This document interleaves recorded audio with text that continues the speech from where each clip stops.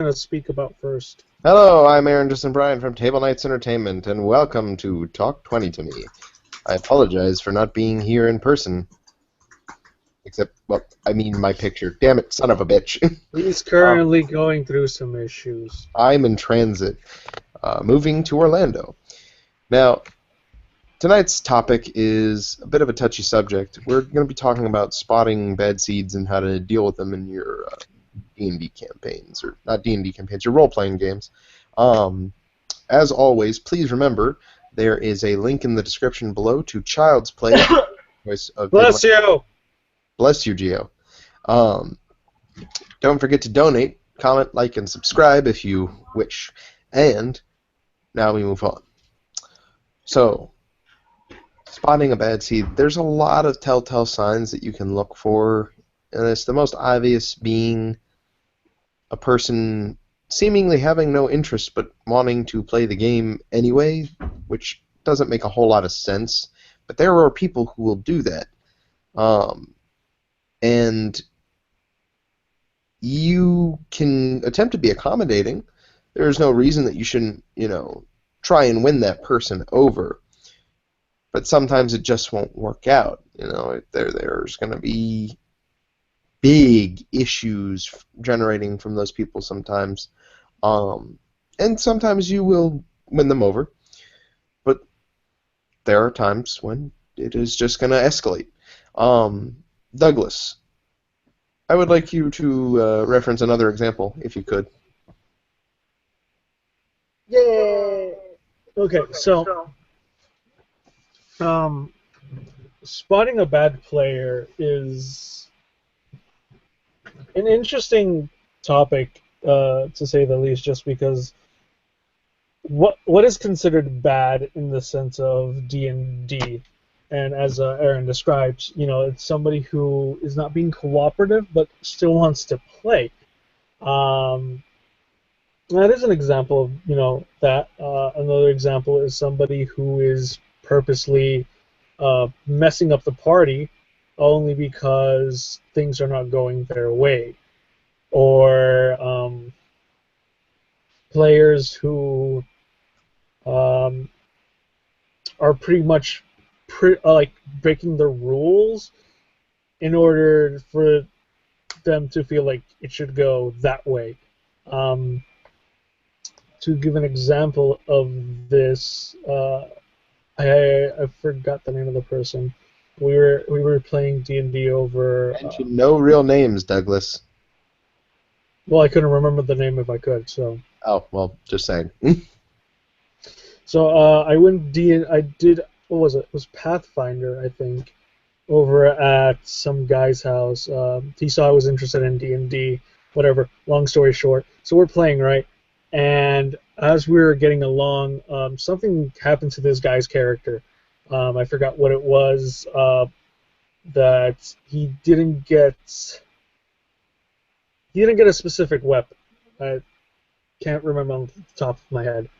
And we explained why he didn't need it, because he was an archer, specifically a ranger, and he did not need to have the bastard sword of blood, which would let you get more and more damage, to deal more damage the more enemies you slain, but at the same time at the cost of your own health. That's an awesome sounding weapon, by the way. Bless you. So, and he was so mad at the fact that he couldn't get it, which really didn't make sense. I mean, you're a ranger. We understand. Yes, sometimes rangers need to display melee tactics, but your primary focus is bow. Why would you need it? And so, because of the fact he didn't get it, throughout the whole game, he was extremely, extremely passive. Like, whenever we asked him a question, he's just like, well, whatever. Like, he did not care about the game anymore, which, ruined the experience for the rest of us. And that's one example that I can think of somebody who was a bad player. And Alec, it's your turn on the chopping block. I like the phrase good and bad seed in this situation, because there is an element on the DM's part that has to identify that when a player is being passive or when a player doesn't, because there's probably no obligation in that person to continue playing. If they're still at the table yet they seem disinterested, there's something that's missing from their experience. Possibly they're not being able to tell the story they want to tell or participate in, or they want to focus more on combat or something like that. And part of the DM's job is to find out, is it something that they're feeling unfulfilled in, and is that thing something I can accommodate? If it's a little bit of more focus on combat, that's something that you can try to incorporate more of, so that their character, so that they feel that their purpose in the party is more useful. But if it's something like whining because they wanted a weapon that they couldn't get, or wanting to shift the story in a very not conducive direction just to be cool, or to tell this little nugget that's unnecessary to the grand scheme of things, that's when you kind of have to decide, do I want to help this person, or are they just being uncooperative and terrible? That's a good thing that you bring up. Geo, it is your turn. Okay, in terms of bad apples, since I'm pretty much the one here with the biggest negative experience pool to draw from, I have a lot of examples of bad apples. But I guess I think I need to maybe move the timer up to like 40 minutes. only? No, okay. Yeah. That's just not enough. Well, I mean, the biggest example I could give is basically something that me and Aaron have been talking about a lot recently, in which where we have this character, not character, this player. Let me correct that. He essentially ruined his own character's ending because his character arc was coming to a close. And after a while, we stepped back and we were like, wow, we should have really seen that coming, because of course, in hindsight, it's 2020, and you realize there was a lot of signs that guy gave off that this was not going to end well in terms of what his interests were. And this person did a lot of things that most people who didn't want or didn't care about the game and the story and the world that we're in would do, in terms of being a bad seed. For example, his character is very young, and it's a female character. And there was one scene where not only did she discover her father was murdered, but she was also forced to consume pieces of him. And rather than being like, my character is distraught, like, I understand, I'm sometimes numb to emotions, so it's very hard to act out tears and act out like anger and stuff like that. But instead of saying my character is distraught, my character's in tears, I'm sad, my character's sad, he was just like, do I get a power bonus from raging? It's like, no, you can't rage, you're not a barbarian. It's like, yeah, but she should be enraged now, so I should get like at least like a 2 or 3 to my hit or my attack. And it's like, that is the complete opposite of anything you should be getting negatives, because you literally just cannibalized your own father. That's not something that would keep you sound of mind in battle. Ugh. And stuff like that, where they're constantly seeking benefit and instantaneous reward and an instantaneous payoff. That's a sign of someone who's not there for the game, for the story, and for the long run. That's just someone there who's there for an immediate fix. And if they're there for an immediate fix, then they should play video games.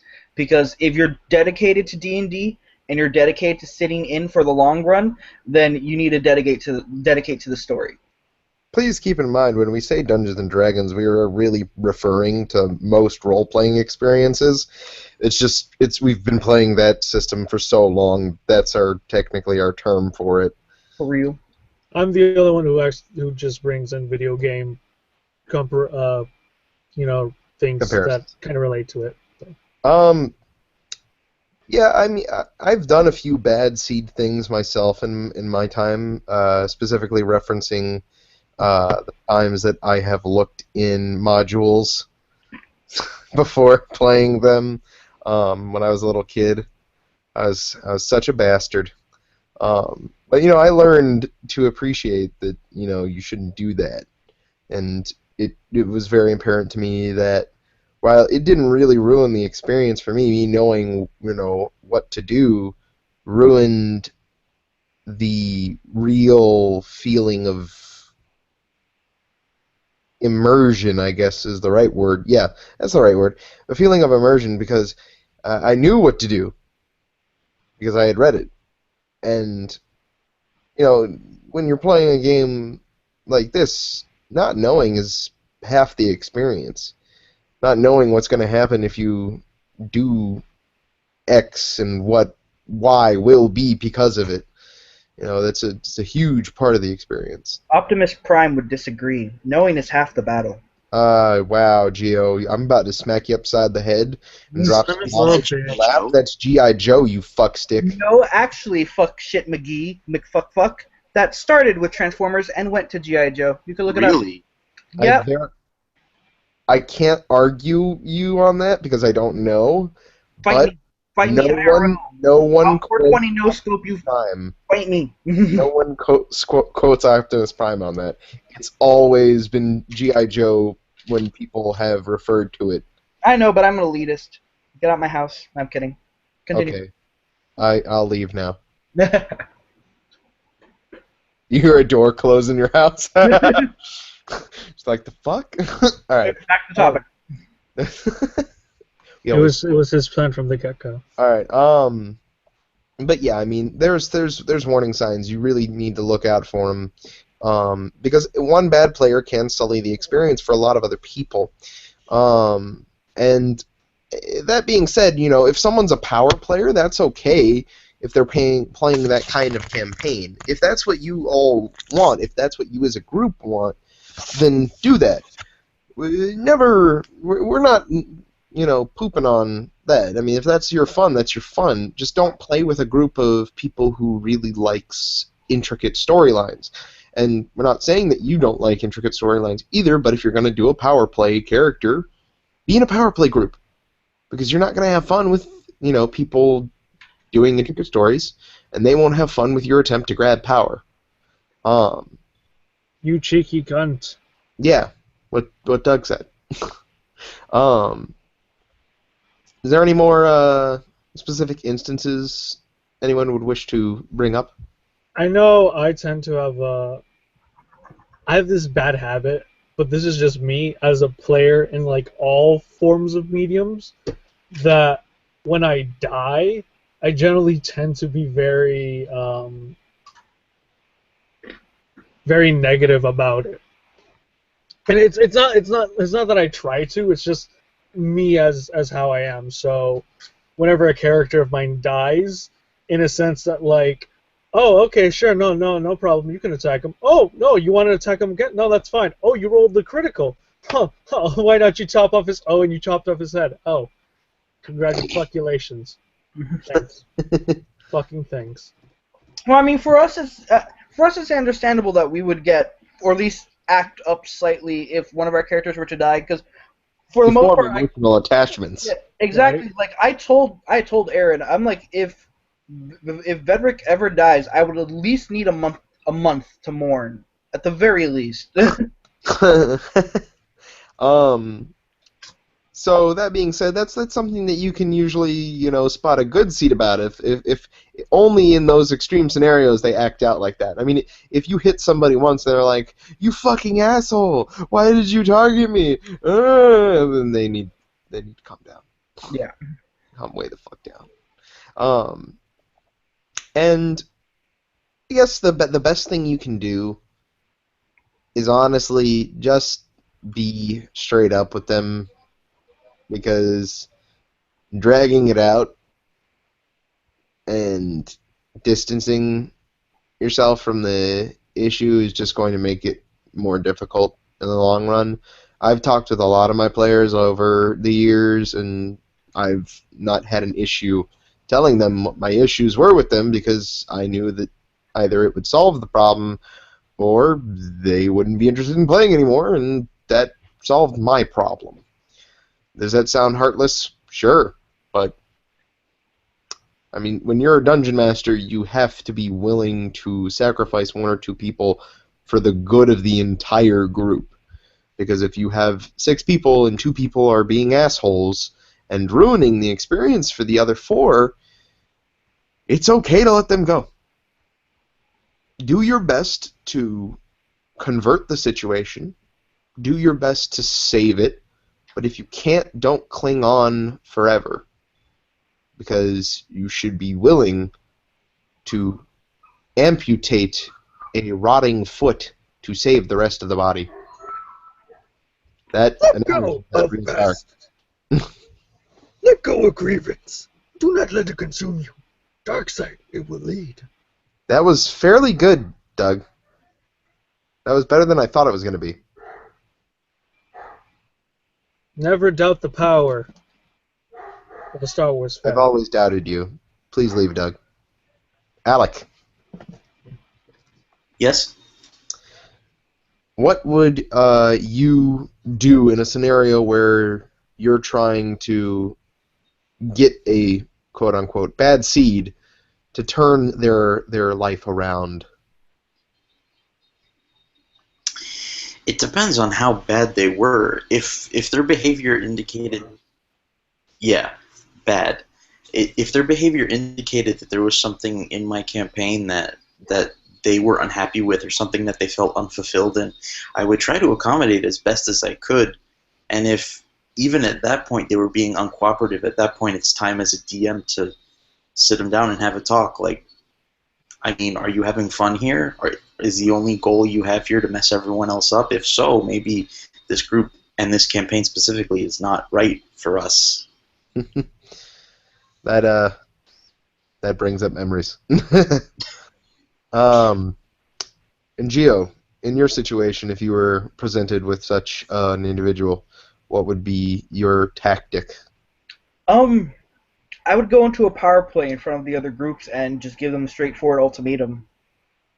Because ultimately, bad apples tend to be ruining it for everyone, not just the DM. If a DM dislikes a character or a person just for the sake of it, then that's their own personal problem, and then the group would defend them. But if, in turn, we just have a bad apple and they're just trying to ruin the experience or take over the experience as a whole, then I would just be like, either you follow it this way or you leave. Because ultimately, this is not your game. This is everyone's game. Balls to the wall. I feel like that's usually how I would deal with it. Douglas, if presented with a bad seed, how would you go about dealing with them yourself? Well, first, I would just see like what if it's just specifically that was that one session that they were acting up in, or if they continue to do this every other session. Let's assume that they've been acting up for a while. Right. In that sense, I would go up to them one on one and ask what's going on. Why are you purposely destroying everyone's lives? Are you trying to secretly be a villain? Do you want to be a bad guy? I can make you a bad guy if that's what you're trying to do. I just want to get an understanding of why they're acting in such a manner, and if the options that I present them aren't any that they are willing to accept or do, then I'm going to say them I'm sorry. Sadly, this campaign, being the way it is how it is, and everyone loves it, everyone enjoys it. And if you're ruining the experience, I'm sorry, I'm going to have to take you out. There are plenty of other campaigns to join from. I can recommend you quite a few, whether you're a power player or whatnot. But, I don't want you killing the mood of my people, because they are my people. They are my children. They feed off my breasts. Wow. Your brain breasts? That's a place. You took it. That's a creative solution, actually. The villain thing. I like that you brought that up. Yeah, that is interesting. I mean, I don't think that most of those bad seeds would be wanting that. I mean, they may, but they might just be that evil. That's an interesting thing to bring up, and that's a solution that you could have. That being said, we are close to that time. Closing statements, everyone. Yeah, we're trying to shorten it. Douglas, Guys, I know sometimes I don't know what I say, and that's a lot of cases. In fact, that's more than half the times I'm Douglas. talking about. In fact, I don't even know what I'm talking about right now. I'm just trying to kill time because I'm a dick like that. But I will shoot you. Got a the bad point of seat here on Talk 20.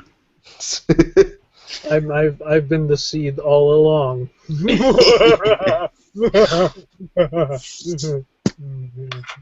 So, keep in mind that games like this, it's a cooperative game, regardless of whether you're playing solo or playing in a group. There are, there's some sort of code of ethics to be a part of. It's like any normal social activity. If you be a dick, you're going to be treated as a dick. Unless, that's what your character implies. But if you're just ruining the experience for everyone else, and you're not making any progress in trying to become a better person, then, it's a matter of why are you still here? Are you just doing this for the satisfaction of yourself? Is this what gets you happy at night? Huh? Is it, you sick fuck? Do you like to touch yourself and make sure everyone is feeling horrible and that's why you do it? Huh? Maybe you should stop talking about your daddy issues for once in your fucking life. Anyway, that was just my view on it. Okay. This is a safe place, Doug, and we love you. Okay. You feel better, buddy? Yeah, I got a toy. It's good. Okay. How is that? Go ahead and go get some cookies, buddy. Alec, can you not do that? Yeah, I won't do that. Don't worry. D.M.s, when you see some fishy behavior, whether it be someone being an ass or someone being passive, try to figure out if that player maybe feels unfulfilled in your campaign, and if there's anything you can do about it, do it. But if that person is just being a power player where it's not welcome, or trying to mess everyone else up because they think it's funny, you just might need to cut them loose or not invite them to the next session. But, be able to identify the difference between someone who needs a little push and someone who just will not budge. Diego Bonnie. Yeah, I agree. It of course depends on the situation. You can't be as black and white about everything, but if someone is a bad apple and they're ruining the experience, have no qualms and get rid of them. It's exactly as you said, Aaron. You don't want to keep a rotting not fruit. You don't want to keep a rotting limb, because then it will just cause other issues. Just cut it off and be on your way. Short, sweet, and to the point, Gio. Just like you. I'm kidding, you're tall. Anyways, there is nothing that I can say that they haven't said. It's really just a matter of looking at your people and knowing the difference, like Alex said, between someone who is just an asshole and someone who may not understand the scenarios that they're put in. So don't be too quick to jump the gun. Explore the situation a little bit. But when you notice exactly what you're dealing with, deal with it in a decisive manner. I'm Aaron Justin Bryant from Table Knights Entertainment. With me tonight was Alec Leon, Giovanni Perez, and Douglas Conrado. Once again, there is a link below in the description leading you to Child's Play. Don't forget to donate, and join us in our next episode, which will be coming up rather shortly, as we discuss general creation tips and the future of Talk 20 and Table Knights Entertainment. Thank you, and good night. Bye. Good night. I love you.